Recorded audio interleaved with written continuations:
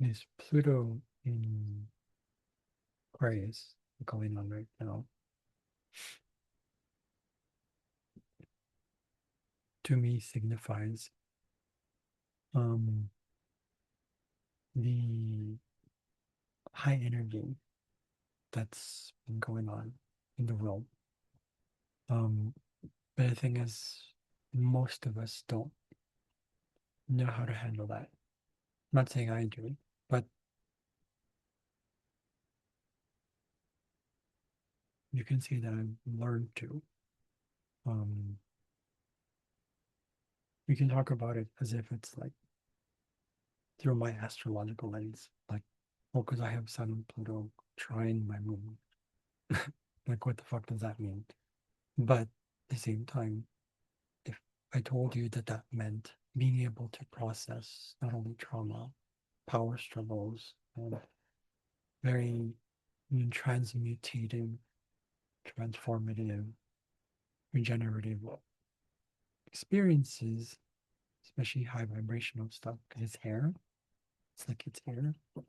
Um, I find that a lot of people, I'm not trying to compare myself in a way that is demeaning. I'm just saying that I guess I'm so used to it that when it comes to this thing that is like having multiple talents or gifted, people always say that to me. You have so many talents, yada yada, all that stuff. Great, okay. But in my experience, my lens, I can say that I kind of guess you can say I expect it of others that they can do it, they can achieve it, but every time something gets unloaded or like they hear about things, they think it's like, oh, it's intense because they can't handle it. They're not used to it. That's the whole thing. It's all about becoming accustomed to it. And that's what humanity is going through right now. Um,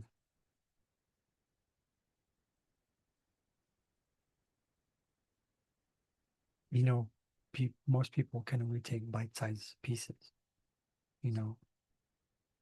But again, this the soul is not in the body. The body is your own soul. So when it comes to being gifted, being having multiple, like endless amount of gifts or potential, it's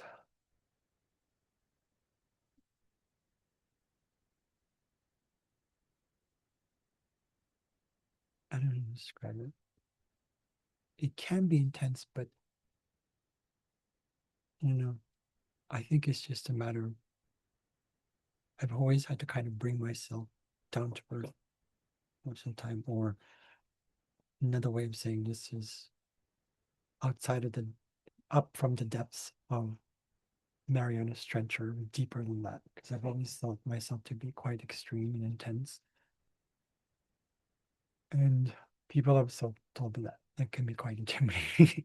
I don't mean to be intimidating. It's just there's this thing that I've gotten so used to. I came into this physical form with that desire, with that potential. And with that came also a bunch of other things too. Like I kind of pushed myself to the point where I would train 6 to 7 times a week. I would practice music 2 hours a day. Um, when I talk to someone, I made sure that either I intently listen or I express myself completely and fully, not so much drowning in the and giving over power to emotions, but well, back then, yes.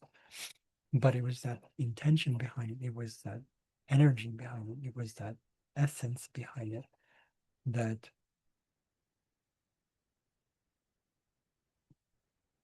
gave me these what do you call this opportunities to when I'm focused on something, I'm focused on it.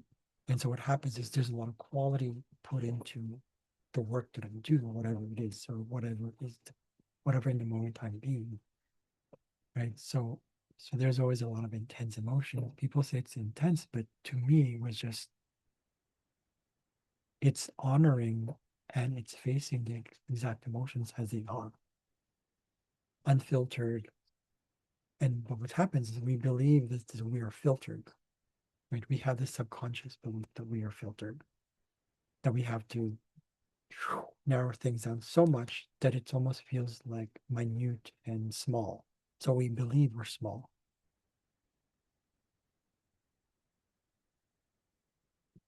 And so when I come across many people, that includes my family, they think it's just like they couldn't handle it. Or it's either they couldn't handle it or they were completely impressed by it. It's extremes, right? That is like, oh, that's just the universe. The universe is awesome. So that's why you have things like all these planetary bodies and phenomena, even just down here on Earth, tornadoes and hurricanes and typhoons and earthquakes and volcanic eruptions and the Coriolis effect, you experiencing these sunspots, the solar flares. So people think it's like but what I never understood is like we live in a vast, expansive, unlimited universe. Why are we playing small? Why are we playing unlimited? Why are we playing filtered? Because that's what I'm used to. And it's one thing to say this, and it's another thing for you to watch on, okay, yada yada. It's another thing to practice it so that you do get used to it. The high energies I'm experiencing right now, at least from around the world, is not because it's high energy per se. It's more like the opposite. It's low energy. It's the opposite of owning themselves, owning yourselves, and kind of just like, so makes me think it's like, am I actually playing small? Yes, because I'm trying to fit in, when in fact I don't fit in. So I'm trying to, it's not even like, I argue, it's not even an issue about, a triangle in a square peg, like a square peg in a circle, a hole. It's not that. It's more like in a small hole. Right. And it sounds like I'm showing off, but it's like, well, then it triggers people. And it's just like, I've been told several times it's like I show off and all that stuff. What all I was doing was just following my heart. I was just enjoying it. I was in a club before. I was in a Scandinavian club. There are people who would judge me and said, just, trying to use Swedish when I just never took Swedish or I tried to. But it's just almost like, it's them playing small when they see the grandiosity of the experience, not because it's me being better than anyone or worse than anyone, but it's them playing small. They believe that they're worse than me. So they cover it up with better than me, right? It's that whole, it's an inferiority complex about a superiority, but it's not even superiority, inferiority. It's your, what I call your, what do you call that? What's the word I used? It's your primordial sovereignty. So, and so I've been kind of playing into that as well. I've been playing small because I'm too big to fit. So, anyways, food for thought.